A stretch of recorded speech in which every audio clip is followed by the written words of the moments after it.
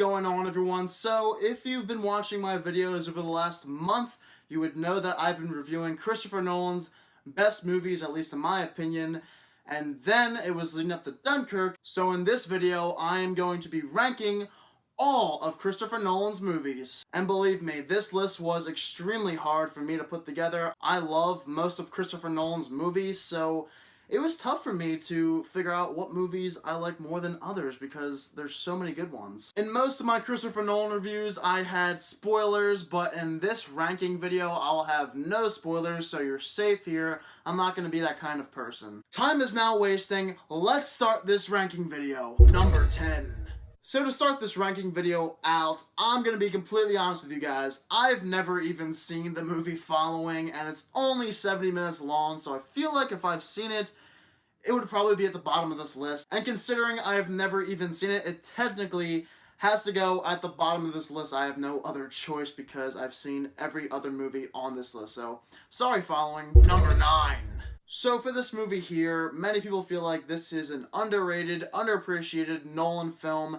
In my opinion, it's really not that great. It's Al Pacino's Insomnia. He plays a cop in Alaska and he's suffering from insomnia. He's trying to uncover a murder mystery. And there's a lot of things I actually like about this movie. In fact, I like a majority of this movie. In fact, I feel like Al Pacino gives a great performance. There's a lot of intriguing elements to this movie. I like the whole insomnia factor here, and Robin Williams is also very good. He's very menacing, and overall, a great performance for him.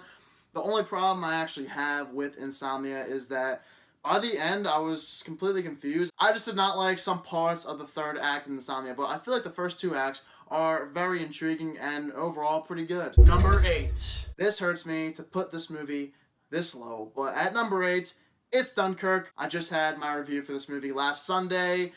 It took me a while to think about this movie because I wanted to make sure I had the right review.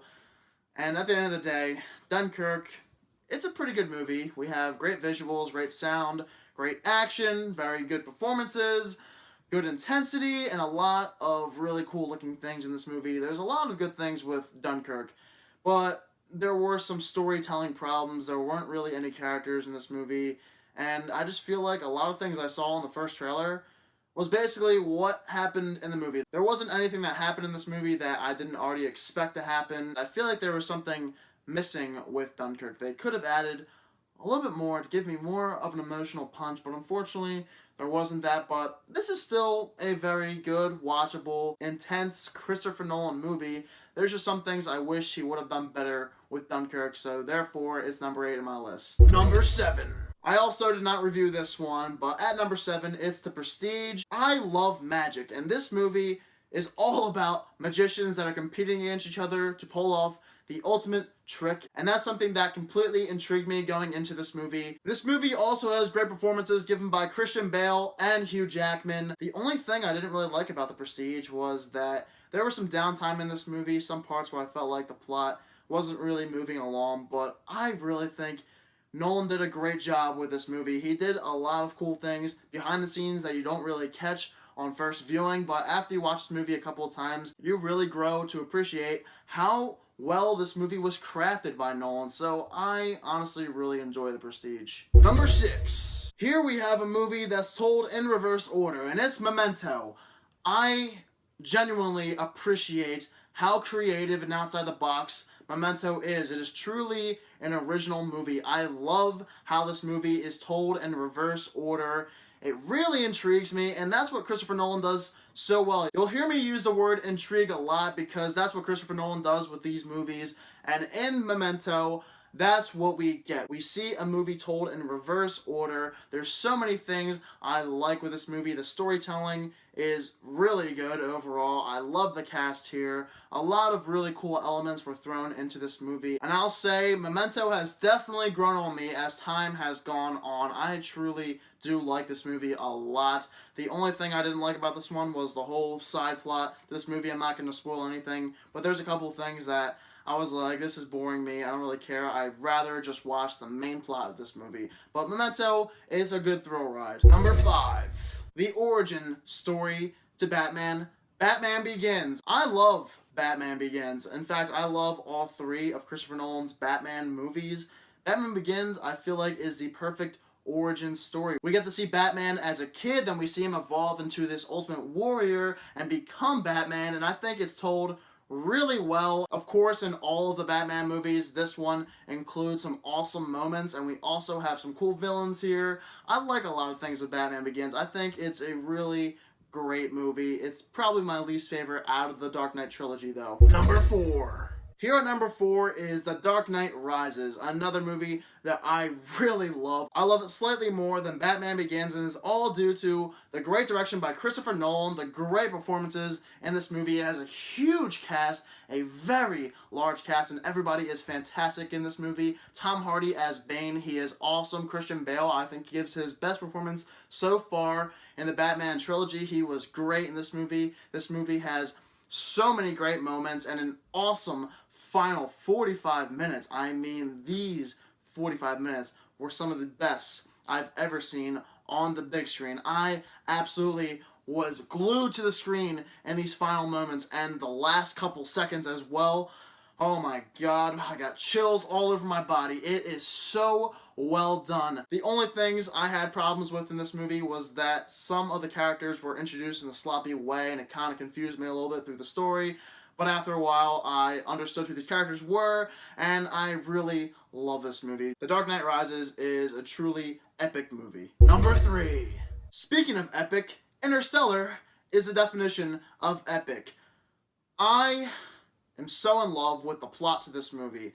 I love space. I love the whole story about trying to find different planets and exploring them to see if they're actually habitable for human life, and we're trying to save human life in this movie. Matthew McConaughey is awesome in this movie. Another terrific cast. I love the ideas behind this movie. The story is so well told, and it's also quite frightening. We could see the end of human life in this movie, and I love Matthew McConaughey's character in this movie because he's so strong. He's an overall great character and somebody I can get behind. The CGI and the space scenes are just so unbelievable, and it just made me want to buy this movie on Blu-ray right away. It's a beautiful looking movie.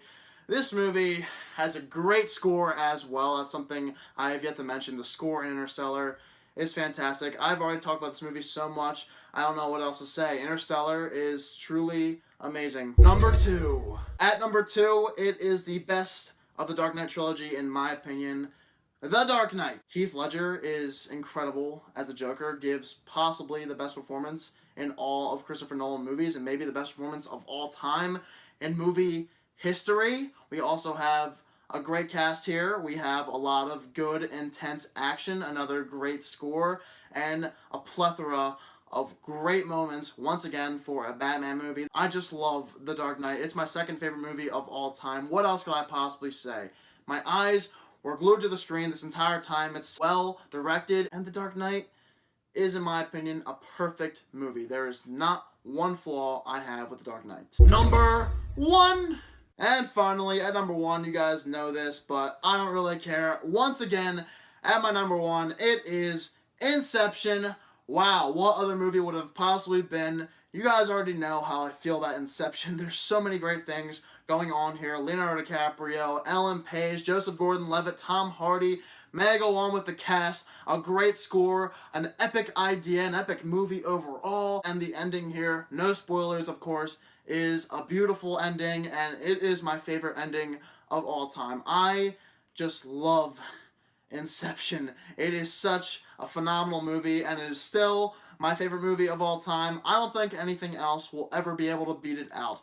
It is, in my opinion, the best Christopher Nolan movie of all time, and I think it has a chance to stay there forever. It is truly epic and phenomenal. Alright guys, so let me know down below in the comment section what you think is the best Christopher Nolan movie and what is the worst. Give me your rankings down below in the comment section. So guys, get this! I saw the movie Baby Driver.